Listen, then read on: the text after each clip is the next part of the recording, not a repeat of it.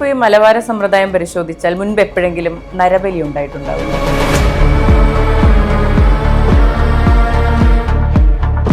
വീരന്മാര് മുന്നോട്ട് വന്നിരുന്നു. ഞാൻ ഈ ദേവിക്ക് വേണ്ടി ബലി അർപ്പിക്കപ്പെടാൻ ഞാൻ തയ്യാറാണ്, ആഹൂതി ചെയ്യാൻ ഞാൻ തയ്യാറാണ്. എന്നിട്ട് കൂട്ടാൻ വെച്ചത്തിനുള്ള പരിപാടി ഉണ്ടാകുന്ന വെച്ചാൽ നമുക്കറിയില്ല. അതുണ്ടെങ്കിൽ തന്നെ ആ കാലഘട്ടത്തിലെ മനുഷ്യർ അവരാണിപ്പോൾ ഈ കുറ്റമാണ് ഈ കോഴി വെട്ടണനെ. സത്യത്തിൽ ഈ ഒരു കോഴിക്ക് 10,000 കൊടുക്കുന്നവനും ദൈവത്തിന് 1000-14 ലക്ഷം കൊടുത്തിട്ട് പട്ടിണി കിടക്കുന്നവനും കൊടുക്കാതിരിക്കുന്നവനും ഒരുപോലെയാണ്. ദൈവത്തിന്റെ തൃപ്തിക്കല്ല. അതൊക്കെ ഷാർത്ത്. ബ്രാഹ്മണന്റെ കാല് കഴി ഇപ്പോൾ എഴുതുക, ബ്രാഹ്മണന്റെ കാല് കഴി ചൂട്ട് നടത്തണം. എന്നിട്ട് അതിനൊക്കെ ന്യായങ്ങളും അതൊക്കെ എനിക്ക് ചിന്തിക്കാൻ വയ്യ.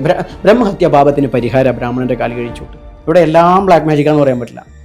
ദൈവത്തോട് പ്രാർത്ഥിക്കുന്ന എല്ലാ മതത്തിന്റെ ഇതിലുണ്ട്. ശത്രുക്കൾക്കും എന്തെങ്കിലും സംഭവിക്കണേ എന്നുള്ള പ്രാർത്ഥനയ്ക്കണം, അവർ രക്ഷ നേടണം. അവരിൽ നിന്ന് രക്ഷ നേടണം. പൂജ മാത്രമല്ല മോളെ. അതെ, ഇപ്പൊ ഈ മലബാര സമ്പ്രദായം പരിശോധിച്ചാൽ മുൻപ് എപ്പോഴെങ്കിലും നരബലി ഉണ്ടായിട്ടുണ്ടാവും?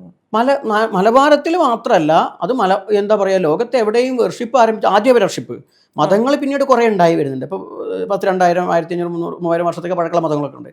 ഇതൊഴിച്ച് ബാക്കിയുള്ളതിലെല്ലാം ഉണ്ടായിട്ടുണ്ടാവും. കാരണം ഇപ്പം മലബാരത്തിൻ്റെ അല്ല, ഇവിടെ ഉണ്ടായിരുന്ന ആദ്യമോ വർഷിപ്പുകളുണ്ട്. ഇപ്പോൾ കൊട്ടവൈ സമ്പ്രദായത്തിലൊക്കെ അങ്ങനെയൊക്കെ നോക്കുന്ന സമയത്ത്, അല്ലെങ്കിൽ വൈദിക പാരമ്പര്യം, നരമേധം, വൈദിക യാഗങ്ങളുടെ ഭാഗമായിട്ട് ഇതൊക്കെ ഉണ്ടാവുന്ന സമയത്ത് എന്താ വെച്ചാൽ അന്ന് ആളുകൾ സ്വയമേവ വീരന്മാർ മുന്നോട്ട് വന്നിരുന്നു. ഞാൻ ഈ ദേവിക്ക് വേണ്ടി ബലി അർപ്പിക്കപ്പെടാൻ ഞാൻ തയ്യാറാണ്, ആഹൂതി ചെയ്യാൻ ഞാൻ തയ്യാറാണ് എന്നുകൊണ്ട് രംഗത്തേക്ക് വന്നിരുന്നു. അവരെയൊക്കെ കൊടുത്തിട്ടുണ്ടായിരിക്കാം.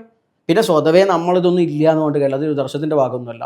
ലോകത്തിൻ്റെ പല കോളിൽ നിന്നും നരഭൂജികളായിട്ടുള്ള മനുഷ്യന്മാരുണ്ട്.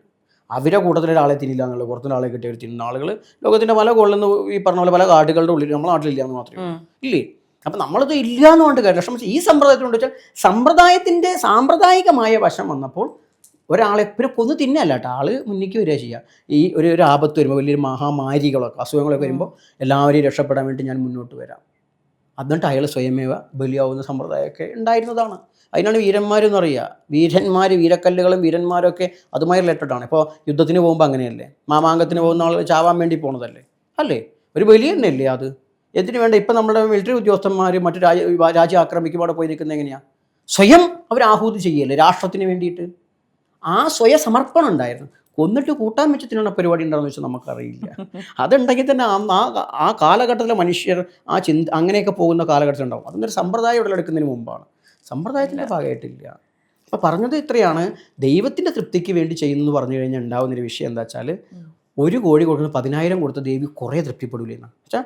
1000 കൊടുക്കുന്നിടത്ത് 10,000, 1 ലക്ഷം, കോടിയും കാറും ജീപ്പും സ്വർണ്ണക്കിരീടവും കൊടുക്കുന്നുണ്ടല്ലോ ആൾക്കാർ. അവരാണിപ്പോൾ ഈ കുറ്റമാണ് ഈ കോഴി വെട്ടണനെ. സത്യത്തിൽ ഈ ഒരു കോഴിക്ക് 10,000 കൊടുക്കുന്നവനും ദൈവത്തിന് 1000-14 ലക്ഷം കൊടുത്തിട്ട് പട്ടിണി കിടക്കുന്നവനും കൊടുക്കാതിരിക്കുന്നവനും ഒരുപോലെയാണ്. ദൈവത്തിൻ്റെ തൃപ്തിക്കല്ല. ദൈവത്തിൻ്റെ ഫുഡ് സൈക്കിളിൻ്റെ ഭാഗമായിട്ടാണ് ഫുഡ് നിൽക്കുക. സ്വർണം കൊടുക്കുന്നതും പണം കൊടുക്കുന്നതോ ശയനപ്രദക്ഷിണം നടത്തുന്നതോ ദൈവം പ്രീതിക്ക് വേണ്ടി ശയനപ്രദക്ഷിണം എനിക്കറിയില്ല. അതൊക്കെ ആത്മസംതൃപ്തിക്ക് വേണ്ടിയിട്ടും ദൈവത്തോട് അറ്റാച്ച് ചെയ്യാൻ വേണ്ടിയിട്ടും സ്വയം എന്തെങ്കിലും പാപചിന്ത ഉണ്ടെങ്കിൽ പോകാനൊക്കെയാണ്. മറ്റത് അങ്ങനെയല്ല, തെറ്റായി പോകും. ഒന്നുകൂടി ചേർത്ത് പറയട്ടെ, ഈ പറയപ്പെടുന്ന വലിയ ആചാരങ്ങൾ ചെയ്യുന്ന ആളുകൾ കൃത്യമായി അറിഞ്ഞ് ശാസ്ത്രീയമായി ശാസ്ത്രീയം വീണ്ടും പോകണം, മോഡേൺ സയൻസ് അല്ല ശാസിക്കപ്പെട്ടത്. അപ്പോൾ അങ്ങനെയുള്ള അതേ മനസ്സിലാക്കി ആ ചെയ്യുന്ന കർമ്മം, ഒരു കോഴിയോ 2 കോഴിയോ ഒക്കെ ആയിട്ട് ചുരുക്കുകയാണെങ്കിൽ അതിലെന്താണെങ്കിലും മനുഷ്യത്വം വെച്ചാൽ അവർക്കിതിൻ്റെ ആ കണ്ടന്റ് എന്താണോ ലക്ഷ്യത്തെ മനസ്സിലാക്കി അതിൻ്റെ താത്വികവശത്തിൽ പോകുമ്പോൾ ഇവർ പറയുന്നത് ഒരു കാലഘട്ടത്തിൽ ജന്മികളും നാടുവാഴികളും ഒക്കെ ഇവരെ ആക്രമിച്ചു എന്നാണ്. ഇവിടുത്തെ കുറേ ആളുകളുടെ അഭിപ്രായമാണ്. ഞങ്ങളെ ആക്രമിച്ച് പീഡിപ്പിച്ചു, ഇന്നും ചിലപ്പോൾ പീഡിപ്പിക്കപ്പെടുന്നു പറയുന്നുണ്ട്. അപ്പോൾ സമ്പത്തുള്ളവൻ, അധികാരമുള്ളവൻ, കരുത്തുള്ളവൻ ഇതില്ലാത്തവനെ ഉപദ്രവിച്ചിട്ടുണ്ടെങ്കിൽ, അവൻ അതിനോട് പ്രതിഷേധിക്കുന്നുവെങ്കിൽ ഇവൻ കരുണ കാണിക്കേണ്ടത് ആരോടാണ്? ഈ ആക്രമിക്കപ്പെട്ടവൻ. ഇവനേക്കാൾ ശക്തിയും കഴിവുമില്ലാത്തവരോട് കരുണ കാണിച്ചേ പറ്റും. ആ കരുണ കാണിക്കേണ്ടത് കോഴിയോടും ആടിനോടും ഒക്കെയാണ്. എന്നിട്ട് അതല്ല ദൈവത്തെ തൃപ്തിക്ക് ഇത് അറിയുമ്പോൾ മറ്റവനും ദൈവത്തിൻ്റെ തൃപ്തിക്ക് വേണ്ടിയിട്ടാണ് ഇവനെ അടിച്ചതും കുത്തിയതൊക്കെ അല്ലേ. എന്നിട്ട് ഇവൻ കുറ്റം പറയും. യേശുവിൻ്റെ മറ്റേ ചുങ്കക്കാരനും മറ്റേ പലിശക്കാരനെയും വിളിച്ചിട്ട് എന്നൊരു കഥ ഞാൻ കേട്ടിട്ടുണ്ട്. ഒരാൾ ഒഴിവായി കൊടുത്തു, എന്നിട്ട് അവൻ പോകുന്നു, അവൻ പോയി, പക്ഷെ മറ്റവൻ പോയി കുത്തിരി പിടിക്കുക. ഇത് പറഞ്ഞ പോലെ തമ്പുരാൻ എന്നെ ഉപദ്രവിച്ചു, എന്നിട്ട് ആനയാക്കി ചേനയാക്കി മൊണ്ടാപ്രാണി കോഴി ആടും ഇത് പരാതി പറയുന്നില്ല. അപ്പോൾ ഇവിടെയാണ്. എന്നാൽ പോലും നമ്മളെക്കാൾ ഈ പറഞ്ഞ സാമ്പത്തികമുള്ളവരുടെ വീട്ടിൽ പോയിട്ട് ജോലിയൊക്കെ ചെയ്യേണ്ടി വരും. അതൊരു ജോലിയാണ്, നല്ല വേതനം കിട്ടും. ഇത് പറഞ്ഞ പോലെ ആവശ്യത്തിന് നമുക്ക് ചില കാര്യങ്ങൾ ഉപയോഗിക്കാം. അതൊരു പ്രകൃതി നിയമമാണ്, അനാവശ്യമാവരുത്. അപ്പോൾ ദൈവപ്രീതിക്കല്ല മറ്റവൻ ഈ മനുഷ്യനെന്ന് പറയുന്ന ഈ അധികാരമില്ലാത്തവനെ, സമ്പത്തില്ലാത്തവനെയൊക്കെ ആക്രമിച്ച് ഉപദ്രവിച്ചതും ദൈവത്തിൻ്റെ പേര് പറഞ്ഞിട്ടാണ്, ദൈവത്തിൻ്റെ അല്ല. മറ്റവൻ തന്നെ ഭക്ഷണമാണ്, ശാസ്ത്രബോധത്തിൻ്റെ ഭാഗമാണ്, പാപചിന്തയുടെ ഭാഗമല്ല, ആവശ്യത്തിന് വേണ്ടിയിട്ടുള്ളതാണ്, യോദ്ധാക്കൾക്ക് വേണ്ടിയിട്ടുള്ളതാണ്, പ്രകൃതിയോട് മല്ലടിച്ചു കൊടുക്കുന്നത്. അതും ദൈവത്തിന് വേണ്ടി, ദൈവപ്രീതിക്ക് വേണ്ടിയല്ല, കുറേ എണ്ണം വേണ്ട. ഈ തിരിച്ചറിവിലൂടെ വേണം ദൈവത്തിലേക്ക് പോകാൻ. അതിനുള്ളൊരു ശാസ്ത്രമാണ് മലബാർ. മിഡിൽ പാത്താണ്, വീരാരാധനയാണ്. പറഞ്ഞതിൻ്റെ അർത്ഥം എല്ലാവർക്കും മനസ്സിലായിക്കോണമെങ്കിൽ ആ കൺഫ്യൂഷൻ ആയിട്ടുണ്ടാവും. പക്ഷെ മറിച്ച് ചെയ്യേണ്ട പോലെ ആചരിച്ചു പോയാൽ അതാണ് ആചാര്യന്മാർ ആചാരം എന്ന് പറഞ്ഞത്. മറ്റതൊക്കെ ആചാരത്തിൻ്റെ പേരിൽ ആചാരത്തിൻ്റെ ശാസ്ത്രീയത മനസ്സിലാക്കാതെ ചെയ്യുന്ന ഒരു എന്താ പറയുക, എന്തോ ഒരു അവരെന്തൊക്കെ ചെയ്തു പോകുന്നതെന്ന് നമുക്കതേ പറയാനുള്ളൂ. അത് ഗുരു ഇല്ലാത്തതുകൊണ്ടാണ്. ഗുരു സിസ്റ്റത്തിൽ പോകണം. അതെ. അപ്പോൾ ഈ പരിഹാര മാർഗങ്ങൾ കൊടുക്കാറുണ്ടല്ലോ എന്തെങ്കിലും പ്രശ്നങ്ങളുമായിട്ട് വരുമ്പോൾ. അപ്പോൾ അതെങ്ങനെയാണ്? ഇപ്പോൾ ഈ ശയന പ്രദക്ഷിണത്തിന്റെ കാര്യം പറഞ്ഞു, മറ്റ് സമ്പ്രദായങ്ങളിൽ ഇതിലെങ്ങനെയാണ് വരികയാണ്? തീർച്ചയായിട്ടും നമ്മൾ ഇപ്പോഴും പറഞ്ഞത് ശയനപ്രദക്ഷിണം ചെയ്യേണ്ടെന്നല്ല പറഞ്ഞത്. ശയനപ്രദക്ഷിണം ചെയ്യേണ്ട, ശൂലം കുത്തണ്ടെന്ന് നമ്മൾ പറയില്ല. അതും എന്തിനെന്നുള്ള ചോദ്യം അത് ചോദിക്കണം, എന്തിനാണ്? അതിപ്പോൾ കുഞ്ഞുകുട്ടികളെ കൊണ്ടിട്ട് അച്ഛനും അമ്മയുടെ വഴിപാട് വെച്ചിട്ടാണ് ശൂലം കുത്തി ഇങ്ങനെ ഉണ്ടാവും.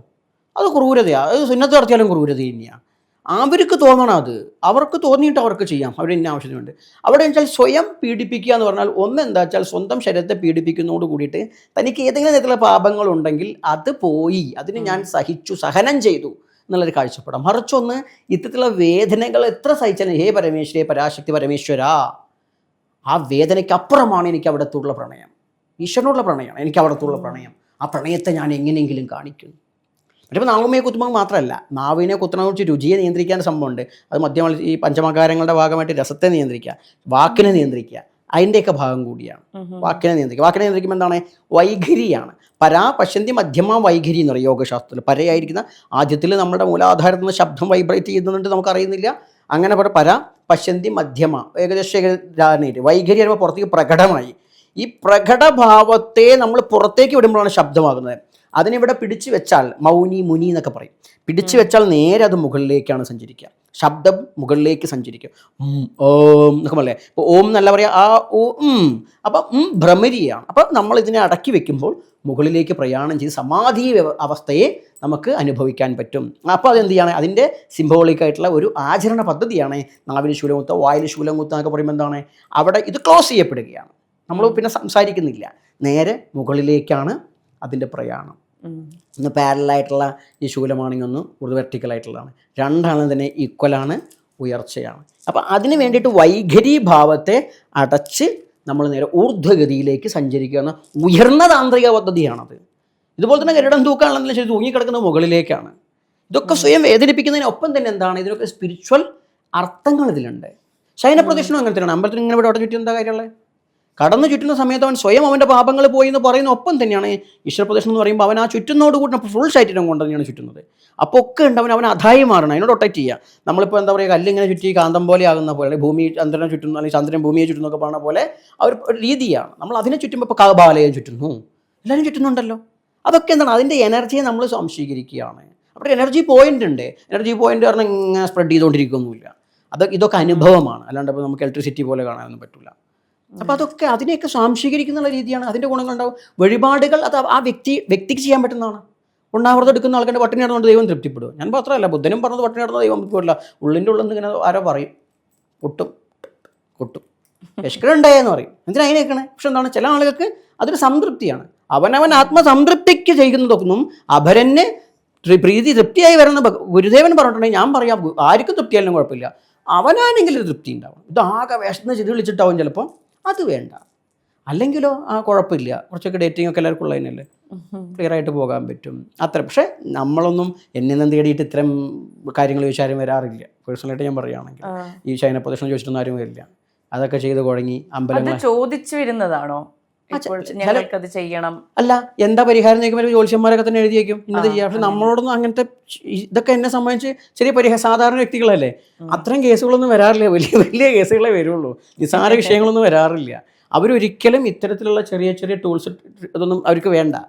നമ്മുടെ അടുത്തൊക്കെ വരുന്നതെന്ന് വെച്ചാൽ ആകെ ഒരുപാട് അമ്പലങ്ങളിൽ പോയി, ഒരുപാട് സ്ഥലത്ത് വഴിപാട് ചെയ്തു, ഇത്തരത്തിലുള്ള കാര്യങ്ങൾ ചെയ്തു, പിന്നെ അതുപോലെ തന്നെ 1000 കൊടുത്തു, 10,000 കൊടുത്തു, ഇതൊക്കെ കൊടുത്ത് അവസാനമുള്ള ആൾക്കാരാണ് വരുന്നത്. ലാസ്റ്റ് വരുന്നതാണ് ക്യാൻസറിൻ്റെയൊക്കെ അവസാനത്തിൽ വരുന്ന പോലെ അവസാനത്തിൽ വരുന്നതാണ്. ഇനി എന്തെങ്കിലും ഇനി ആളുടെ അടുത്തേക്ക് പോകുന്നില്ല, അവസാനത്തെ കണ്ണിയാണെന്ന് പറഞ്ഞിട്ട്. അപ്പോൾ ആ വരുന്ന ആളുടെ നമ്മൾ ശയനപ്രദക്ഷിണം പറയാൻ പറ്റില്ല. അവന് വേണ്ടത് ടോപ്പ് മോസ്റ്റ് കാര്യങ്ങളാണ് വേണ്ടത്. അവൻ ഉദ്ദേശിക്കുന്നതാണ് പല രീതിയിൽ. സാത്വിക രാജസിക താമസിക്കും. ചിലൻ രക്ഷ തേടിയിട്ടാണ് വരിക, ചിലൻ ശിക്ഷ തേടിയിട്ടാണ് വരിക. ശിക്ഷ പറഞ്ഞാൽ സ്വയം ശിക്ഷയല്ല, അവൻ കുടുങ്ങി, ഇനി എനിക്ക് ഇരിക്കാൻ പോകുന്നില്ല, മറ്റവനെ വല്ലാണ്ട് കിട്ടി ഉപദ്രവിക്കുകയാണ്. അതുകൊണ്ട് മറ്റുള്ള കൊട്ടേഷൻ കൊടുത്തു കഴിഞ്ഞാൽ പോലീസ് പിടിക്കും. ഇതാവുമ്പോൾ അതിൻ്റെ ഒരു വിശ്വാസം. അപ്പോൾ ഇത് പോലീസ് പിടിക്കില്ല. ഇതിനുണ്ട് ബ്ലാക്ക് മാജിക് നിയമമൊക്കെ ഉണ്ട്. പക്ഷെ ഇത് അവിടെ തന്നെ വെച്ചാൽ നമ്മുടെ വിശ്വാസത്തിൽ ഒതുങ്ങിക്കൊണ്ട്. കാരണം ഇവിടെ എല്ലാം ബ്ലാക്ക് മാജിക്കാന്ന് പറയാൻ പറ്റില്ല. ദൈവത്തോട് പ്രാർത്ഥിക്കുന്ന എല്ലാ മതത്തിൻ്റെ ഇതിലുണ്ട് ശത്രുക്കൾക്കും എന്തെങ്കിലും സംഭവിക്കണേ എന്നുള്ള പ്രാർത്ഥനയ്ക്കണം, ഒരു രക്ഷ നേടണം. അവരിൽ നിന്ന് രക്ഷ നേടണം എന്ന് പറഞ്ഞാൽ ശത്രു പൂജ മാത്രമല്ല മോളെ, ടെക്സ്റ്റായിട്ടുള്ള കാര്യങ്ങളിൽ പൂജ ഇല്ലാത്ത സമ്പ്രദായങ്ങളും ദൈവത്തോട് തേടുന്ന സമയത്ത് പറയും ഈ പൈശാചിക ശക്തിയിൽ നിന്ന് രക്ഷിക്കണേ എന്നൊക്കെ പറയും. എങ്ങനെ രക്ഷിക്കണം? ദൈവം 2 കൊട്ട് കൊടുക്കുന്നുണ്ടോ? അപ്പോൾ സ്വാഭാവികമായിട്ട് എന്താണ് എല്ലാവരും അപ്പോൾ ആ ഒരു സമ്പ്രദായത്തിൽ കാര്യങ്ങളൊക്കെ ചെയ്യാം. അപ്പോൾ അതിന് അങ്ങനത്തെ കാര്യങ്ങളാണ് വരുന്നത്. അപ്പോൾ രക്ഷയാവട്ടെ അല്ലെങ്കിൽ സംഹാരമാകട്ടെ, ഏത് രീതിയിലാണ് സാത്വിക രാജസിക താമസിക എന്ന് പറഞ്ഞാൽ ചില ആളുകൾക്കെല്ലാം മനസ്സിലാകാതിരിക്കില്ല. അപ്പോൾ ഏത് വെപ്പൺ ഉപയോഗിക്കണം നമ്മൾ തീരുമാനിക്കണം. എൻ്റെ ക്ലയൻറ്റ് എൻ്റെ മുന്നിൽ വന്നു കഴിഞ്ഞാൽ അവനെ ഒരാളിപ്പോൾ വക്കീലിൻ്റെ അടുത്ത് വന്നിട്ട് കൊന്നു എന്ന് പറഞ്ഞാൽ അയാളെ രക്ഷിക്കേണ്ട പണി വക്കീലിൻ്റെ അല്ലേ, അല്ലാണ്ട് കൊല ചെയ്യപ്പെട്ടവൻ്റെ വീട്ടിൽ രക്ഷിക്കേണ്ട പണിയല്ലല്ലോ അയാളല്ലേ. ഇതുപോലെ നമ്മളെടുത്ത് വരുന്ന ആരായാലും ശരി, അവർക്ക് ഏത് രീതിയിലാണ് എന്താണ് എൻ്റെ കയ്യിലുള്ള എനിക്ക് ഗുരുക്കന്മാരുടെ അനുഗ്രഹത്താൽ എന്ത് ലഭിച്ചിട്ടുണ്ടോ അതിലേത് ഉപയോഗിക്കണം എന്നുള്ളത് ഞാൻ കണ്ടെത്തും. അത് വെച്ചിട്ട് അവർക്ക് വേണ്ട കാര്യങ്ങൾ ചെയ്ത് കൊടുക്കണം. അതിന് ആളുകളുണ്ട്, വരാൻ ആളുകളുണ്ട്. ഇതൊന്നും നമ്മൾ പോസ്റ്റ് ഒട്ടിച്ചിട്ടൊന്നുമല്ല, പോസ്റ്റ് കണ്ടിട്ടൊന്നുമല്ല ആൾക്കാരാണ്. എന്തെങ്കിലുമൊക്കെ പൂജ നടക്കുന്ന മറ്റേൻ്റെയൊക്കെ ചെറിയ വീഡിയോ റീൽസ് കണ്ടിട്ടൊന്നുമല്ല നമ്മൾ എടുത്തിരുന്ന ആളുകൾ വരുന്നത്. അതൊക്കെ ഓരോരുത്തർ പറഞ്ഞും കേട്ടും. അതിപ്പോൾ ഇതിപ്പോൾ റീൽസും വീഡിയോ ഒക്കെ ഉള്ളതിൻ്റെ മുമ്പ് ഇതൊക്കെ നടക്കുന്നില്ലേ? ഇന്ന് സ്റ്റാൻഡേർഡൊക്കെ ഒന്ന് മാറിയെന്ന് മാത്രം, ഇന്ന് രീതികൾ മാറി. അതെ. അപ്പോൾ ഈ ജ്യോത്സ്യന്മാരെ എഴുതി കുറിച്ച് കൊടുത്ത പരിഹാരങ്ങളുമായിട്ട് വരാറുണ്ടല്ലോ. അപ്പോൾ ഇത് കാണുമ്പോൾ ഇതെല്ലാം ഫലവത്താകുന്ന അല്ലെങ്കിൽ അതിനെല്ലാം സക്സസ് ഉണ്ടായിരുന്ന പരിഹാരങ്ങൾ തന്നെ ആയിരിക്കും അവർ കൊണ്ടുവരുന്നത്? അല്ല, ചാർത്തിലുള്ള പല കാര്യങ്ങളും എന്താ വെച്ചാൽ ചിലപ്പോൾ എനിക്ക് ആക്സെപ്റ്റബിൾ ആവില്ല. അപ്പം ഞാൻ പറയും ഇത് വെറുതെ ചെയ്ത് നിങ്ങൾ കാശ് കളയണ്ട. കാരണം വെച്ചാൽ ഇപ്പോൾ ഒരു ഡോക്ടറെ കണ്ടു, ആ ഡോക്ടർ ഒരു മരുന്നിൻ്റെ ഒരു കുറിപ്പ് എഴുതിയിരുന്ന ഇവരെ ഡോക്ടർ ഇത് കാണിക്കാൻ പോകുമ്പോൾ എന്താ പറയുക, ഈ മരുന്നല്ല കേട്ടോ, നിങ്ങൾക്ക് വേണമെങ്കിൽ ഈ മരുന്ന് കഴിക്കാം, അല്ലെങ്കിൽ ഇന്ന പോലെ ചെയ്യാം. ഇതുപോലെ ഞാൻ പറയും ഇതിങ്ങനെ ചെയ്തിട്ട് വെറുതെ കുറേ കാലം പോകേണ്ട ആവശ്യമില്ല, ഇന്നത് ചെയ്തോളൂ, അതാണ് ബെറ്റർ. കാരണം അതേ ശാസ്ത്രം നമുക്കറിയാം. പിന്നെ പ്രത്യേകിച്ച് എന്താ വെച്ചാൽ ജ്യോത്സ്യൻ ഇത് പറയുകയാണ്. ജ്യോത്സ്യൻ പറഞ്ഞത് ചെയ്യുന്നത് പണി അല്ല സത്യത്തിൽ ആചാര്യന്മാർക്കുള്ളത്. ജ്യോത്സ്യൻ എന്ന് വെച്ചാൽ ദോഷം പറയാം, മരുന്ന് നിശ്ചയിക്കേണ്ടത് വൈദ്യരാണ്. അതുപോലെ തന്നെ ജ്യോത്സ്യം പറഞ്ഞാൽ നിങ്ങൾക്ക് ഇന്ന ദോഷങ്ങളുണ്ട്, അതിന് ഈ ദോഷങ്ങൾ തീരാനുള്ള പരിഹാരങ്ങൾ ചെയ്യണം. അതിന് ഏത് പൂജയെന്ന് വെച്ചാൽ ശരിക്കും ചാർത്ത് ചെയ്തതെന്ന് വെച്ചാൽ നിങ്ങൾ പോയി കാണുന്ന കർമ്മിയുടെ തന്ത്രിയുടെ അല്ലെങ്കിൽ ആരാണോ എന്താ വെച്ചാൽ ആചാര്യൻ്റെ ഇദ്ദേഹത്തിൻ്റെ എന്താണോ സമ്പ്രദായ പ്രകാരമുള്ള പരിഹാരങ്ങൾ ചെയ്യുക എന്ന് എഴുതണ്ടുള്ളൂ. അപ്പോൾ പരിഹാരം നിശ്ചയിക്കേണ്ട ഇയാളാണ് വന്നവൻ്റെ സാമ്പത്തിക സ്ഥിതി ആവണം. അവന് സാമ്പത്തിക സ്ഥിതി ഇല്ല, ചാർത്തിൽ വലിയൊരു ക്രിയ എഴുതി, അത് ചെയ്തില്ലെങ്കിൽ പിന്നെ തൃപ്തിയാവോ? വെള്ളക്കുതിര പോകേണ്ടടുത്ത് വെള്ളക്കുതിര പോകണ്ടേ, അല്ലെങ്കിൽ ജഗതി പറഞ്ഞ പോലെ ഇതിൻ്റെ കുതിരയല്ല എന്ന് പറയില്ലേ? അപ്പോൾ അവിടെയാണ് അതനുസരിച്ചിട്ട് നമ്മൾ പറയും. പലതും നമ്മൾ സാധാരണ ഇപ്പോൾ ബ്രഹ്മരക്ഷസിൻ്റെയൊക്കെ ഇപ്പോൾ കുടുംബക്ഷേത്രങ്ങളൊക്കെ ബ്രഹ്മരക്ഷസൊക്കെ എല്ലാ ജ്യോത്സ്യന്മാരും എഴുതിക്കും പ്രതിഷ്ഠിക്കണം എന്നൊക്കെ. ഇപ്പോൾ നമ്മൾക്കത് അറിയണ്ടാവില്ല അങ്ങനെ സംഭവം. ഞാൻ പറയാം ആ ബ്രഹ്മരക്ഷസിനാണ് പ്രതിഷ്ഠിക്കണം, മാറ്റിച്ചോളാൻ പറയും. ബ്രഹ്മരക്ഷസ് പറഞ്ഞാൽ പകുതി ആൾക്കാരും സങ്കല്പിക്കുന്നത് വെച്ചാൽ ബ്രാഹ്മണൻ്റെ പ്രേതാണെന്നാണ്. ഭൂമിയിൽ ബ്രാഹ്മണൻ്റെ എല്ലാ ഭൂമിയിലേക്കും ബ്രാഹ്മണൻ്റെ പ്രേതമാണ്. ഈ ബ്രാഹ്മണൻ്റെ പ്രേതം പറഞ്ഞാൽ ഭൂമിയിലൊന്നും പൊലേൻ്റെയും പറയേൻ്റെയും പ്രേതമില്ല. അപ്പോൾ അതൊക്കെ എനിക്ക് അത് ഞാൻ പറയുമ്പോൾ അത്രയും വിഷയങ്ങൾ കടന്നു വരും, ഇതുകൊണ്ട് കാര്യമില്ല. അപ്പോൾ വെച്ചാൽ ഞാൻ പറയാം ബ്രാഹ്മണ പ്രേതമാണ് മാറിന്നോട്ടെ, ഭഗവതിയുള്ള ക്ഷേത്രവും വേണ്ട. ഭഗവതിയുടെ അടുത്ത് ഈ പറഞ്ഞ പൈശാചികമായിട്ടുള്ള ഇത്തരം സങ്കല്പങ്ങൾ ഉണ്ടാവില്ല. കാളിയാണ് അധിക സ്ഥലത്തൊക്കെ ഉണ്ടാവുക, കാളിയോ നീലിയോ അങ്ങനത്തെ സംഭവങ്ങൾ ഭുവനേശ്വര അവിടെ ഉണ്ടാവില്ല. പക്ഷെ എന്താണ് ഇവർ ആ ഫോർമുലയാണ് എഴുതിപ്പോയി. ഗുരുവായൂരപ്പൻ അഴൽ അപ്പം നീദ്യം വട കൂട ഞാൻ പറഞ്ഞതൊന്നും ആവശ്യമില്ല. ബ്രാഹ്മണൻ്റെ കാല് കഴിച്ചൂട്ട് ഒന്നും പറയണ്ട.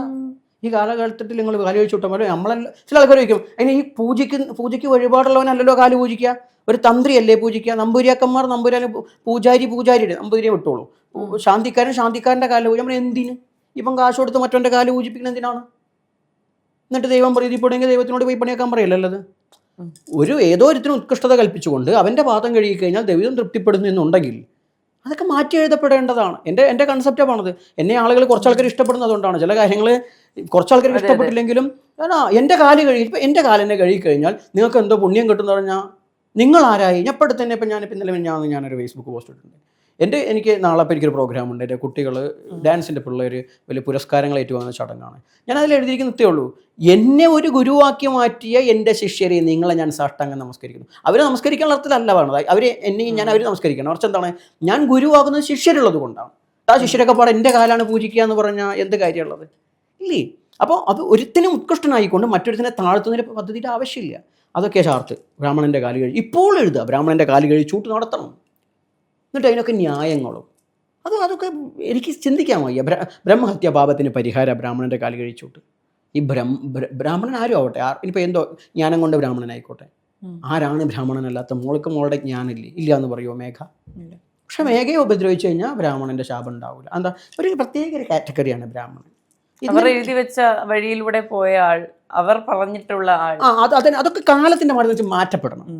ഇല്ലെങ്കിൽ മാറ്റും. കാരണം വരുന്ന തലമുറ നമ്മൾ ചിന്തിക്കുന്ന പോലെയൊന്നല്ല. അവർ ഇതൊക്കെ നിലനിൽക്കുന്നതിന് അവരൊന്നും എതിരൊന്നും ആവില്ല. പക്ഷെ മറിച്ച് ചിലവരെ ഉത്കൃഷ്ടരായിക്കൊണ്ട് ചേരുക. അത് ഞാൻ ഒരിക്കലും സാമുദായിക ജാതിപരമായിട്ടല്ല പറയുന്നത്. ജാതിപരമല്ല, പൗരോഹിത്യം കൊണ്ടു നടക്കുന്ന ആളുകൾ ഉത്കൃഷ്ടരും അധ്വാനിക്കുന്നവൻ വില കുറഞ്ഞവനുമായി കാണുന്ന ഒരു സംവിധാനം ഉണ്ടെങ്കിൽ അത് ചോദ്യം ചെയ്യപ്പെടേണ്ടതാണ്. ഞാൻ ആത്യന്തികമായി കാണുന്നത് ഞാൻ അങ്ങയെപ്പോലെ അല്ലെങ്കിൽ ഇവിടെ ഇരിക്കുന്ന ക്യാമറ ഉപയോഗിക്കുന്ന മോനെ പോലെയൊക്കെ ഒരാൾ തന്നെയാണ്. എൻ്റെ സബ്ജക്റ്റിൽ എനിക്കറിയാം എന്നുള്ളൂ. എന്നാൽ മറിച്ച് ആ ഒരു ടെക്നീഷ്യൻ്റെ അറിവ് പോലും എനിക്കില്ല, പുറത്തിരിക്കുന്ന ടെക്നീഷ്യന്മാരുടെ ഒന്നും അറിവ് എനിക്കില്ല. ഈ തിരിച്ചറിവാണ് ഒരു മനുഷ്യൻ ആദ്യം ഉണ്ടാവേണ്ടതാണ്. എൻ്റെ കൺസെപ്റ്റ് അതാണ്.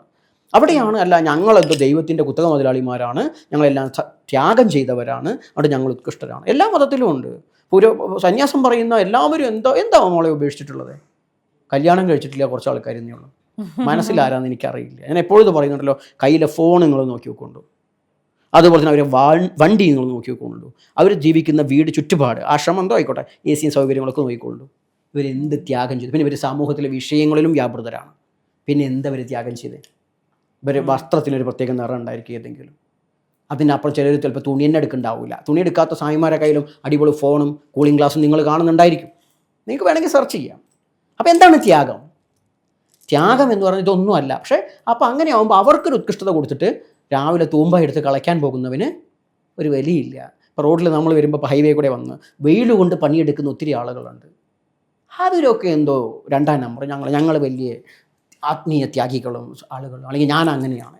ഞാൻ പറയുന്നത് തേങ്ങയല്ല. അവർക്കുള്ള എന്തെങ്കിലും ഉണ്ടോ അതെനിക്കുണ്ട്. എന്നേക്കാൾ മഹത്വം അവർക്കുണ്ട്. അവർ ഈ ലോകത്തെ താങ്ങി നിർത്താൻ വേണ്ടി. അപ്പോൾ നമ്മളുണ്ട്, ഇല്ല എന്നല്ല, ആത്മീയത വേണം ഒരു മനുഷ്യന്. പക്ഷെ ആ തിരിച്ചറിവ് ഈ ആത്മീയത കൈകാര്യം ചെയ്യുന്നവർക്കില്ല എന്ന് പറഞ്ഞു. അപ്പോഴാണ് ഈ കാലുകഴിച്ചൂട്ടൊക്കെ എഴുതാൻ തോന്നുന്നത്. അപ്പോൾ ഞാൻ പറയും, ബ്രഹ്മരാക്ഷസം പോട്ടെ, കാലുകഴിച്ചൂട്ടും പോട്ടെ, അതൊന്നും വേണ്ട. നീ വേണമെങ്കിൽ അമ്മേൻ്റെ അച്ഛൻ്റെ കാല് വേണമെങ്കിൽ കഴിക്കോ, വേറൊന്നും ഉണ്ടല്ലോ, കഴിയിട്ട് പുണ്യത്തിന് വേണ്ടൊന്നല്ല. കാരണം അവർക്കൊന്നും എന്ത് ചെയ്തിട്ടും കാര്യമില്ല. നമ്മൾ എന്ത് ചെയ്തു കൊടുത്താലും അച്ഛനും അമ്മയ്ക്ക് അധികമാവില്ല.